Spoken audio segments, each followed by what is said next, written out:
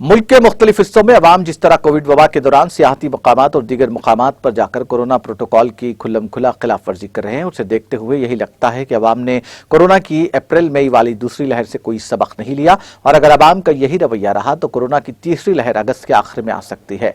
Indian council of medical research और मुताद्दी अमराज के महकमे के सदर डॉक्टर सेमेरन पांडा ने एक खानगी चैनल को इंटरव्यू में देते हुए कहा कि अवाम की जिस तरह की लापरवाही बढ़ती जा रही है, उसे देखते हुए अगस्त के आखिर तक कोरोना की तीसरी लहर आ सकती है, लेकिन इस बार इसका असर दूसरी लहर जितना खतरनाक नहीं होगा।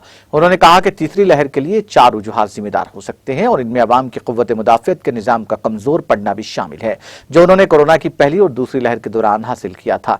अगर अवाम की कुव्वत मुदाफियत में कमी आती है तो ये कोरोना की तीसरी लहर के लिए काफी बड़ी वजह हो सकती है। डॉक्टर पांडा ने कहा कि कोरोना का नया वेरिएंट भी काफी हद तक कोरोना की तीसरी लहर के लिए जिम्मेदार हो सकता है और ये काफी आसानी से अवाम में फैल सकता है। कोरोना की दूसरी लहर में मुल्क में लाखों अफराद की जान गई थी और जिस सख्ती से मुख्तलिफ रियासती हुकूमतों ने लॉकडाउन लगाए थे, अब जल्दबाजी में उन्हें उठाया जा रहा है और यह कदम भी खतरनाक हो सकता है।